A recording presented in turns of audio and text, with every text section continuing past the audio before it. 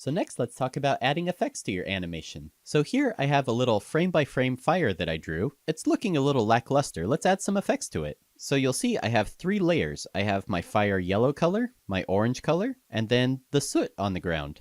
So in order to add an effect to both of these layers, I'm gonna shift select both yellow and orange, right click, and group that selection. So now I have them both in a group, so I can treat them as one layer instead of 2. So to add an effect to a layer, I can right click on it, go to Insert, Effects, and here are all the effects that I can add.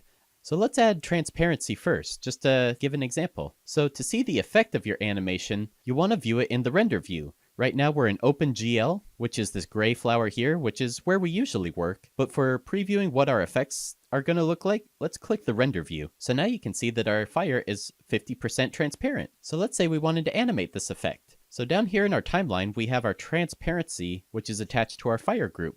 And then we have these plus buttons here. So if I click the plus on transparency, we'll see all the parameters of this effect. And over on the right, under our parameters, we can see it's set to 50%. If you don't see the parameters, it's this little tiny button underneath your timeline here. So you can click that to show or hide parameters. So animating an effect is the same as using your motion keys.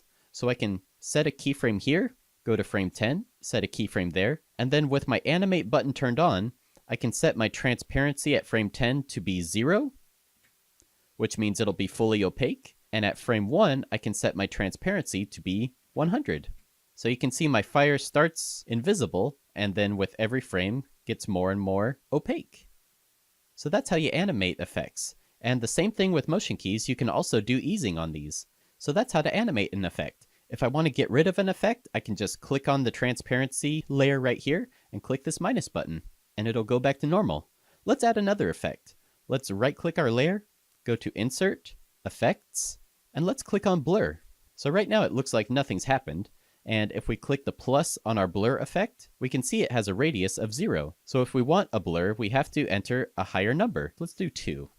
So now we have a fire with a little bit of blur, so it looks a little bit softer. If you want to preview how this looks in animation, you can click this Render and Play button here, which has the yellow star. Normally to play an animation, you'd play this play button here, but you can see my effects are not showing because I'm in OpenGL view. So if I click Render and Play, then that will open up a new window where I can play my animation and see how the final render looks. And that's how you add effects to your animation.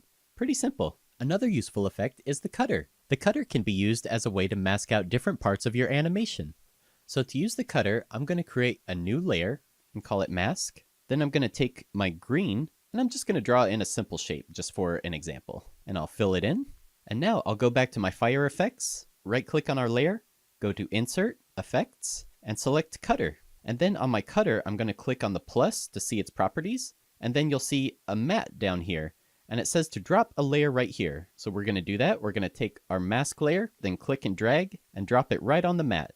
And now you'll see our fire has been cut out based on the green shape that we drew. So if we frame forward, we'll see it disappears. Well, our mask only lasts for 1 frame. So like with most of our other stuff, we want to extend that exposure by pressing F5. So now our mask holds for the entire length of the animation.